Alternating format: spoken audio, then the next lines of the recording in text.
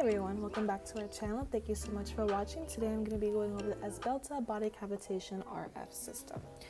Esbelta comes with 3 different handpieces: the 40K cavitation handpiece, the vacuum RF handpiece, and the multipolar RF handpiece.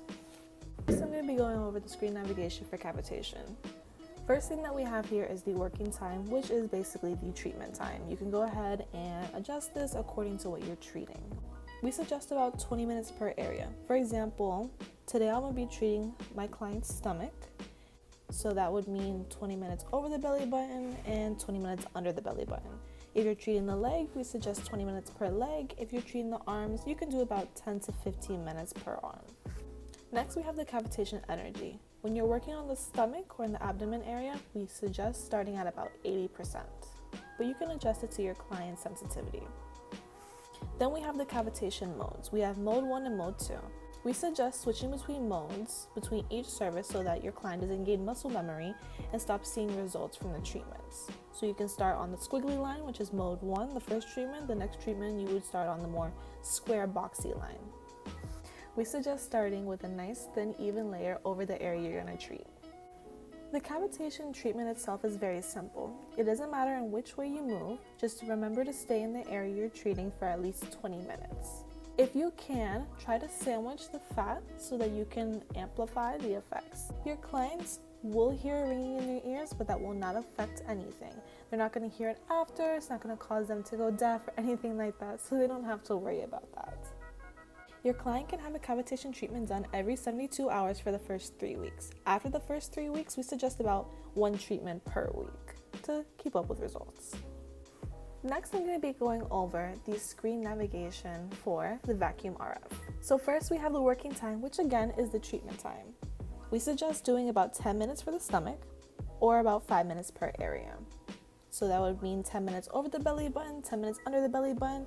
If you're doing the legs, 5 minutes each leg. If you're doing the arms, 5 minutes each arm. Next, you have the RF energy percentage.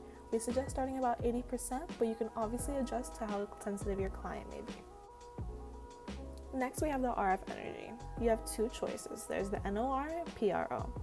NOR means that when you remove the handpiece from your client's skin, it will stay hot regardless. PRO means that it only will heat up when it's completely in contact with the client's skin. We strongly suggest use PRO when using the vacuum handpiece because you do not want to burn your clients. Next, we have the vacuum modes. Since we're going to be using it for lymphatic drainage, we suggest sticking to the M1 mode, which is a constant suction. When performing lymphatic drainage, it's important to remember to make your strokes going towards the groin. So for example, if you're performing the legs, you need to make long strokes going towards the groin. If you're performing the stomach, you need to make long strokes going down towards the groin. If you're treating the arms, you need to make long strokes towards the armpits. And I didn't show this in the presentation, but there's a knob on the side that controls the suction for the vacuum handpiece. So you can go ahead and adjust that accordingly. When performing with the vacuum handpiece, it's very important to only use oils. You cannot use lotions and you cannot use gels because it will clog up the handpiece, unfortunately. Lymphatic drainage is mandatory after performing cavitation because you need to help kickstart the lymphatic system to help rid of the toxins that were just released during cavitation. So here you can see us treating the client's stomach, pushing all that lymph towards the groin. And for our last handpiece, I'm going to be going over the screen navigation for the multipolar RF.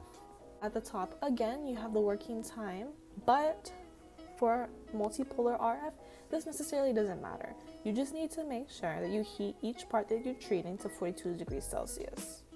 When working on a stomach, we suggest about 80%, but like with any other RF handpiece, you can adjust it to how sensitive your client may be. And on this handpiece as well, you have the NOR and the PRO, and we still suggest use PRO so that you don't burn your client. Next, we have something that's a little new, which is this little light bulb. The light bulb controls the red light LED in this handpiece.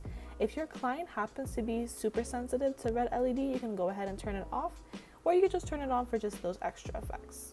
When performing radio frequency on the body, you're going to need 2 things: a temperature gun and ultrasonic gel.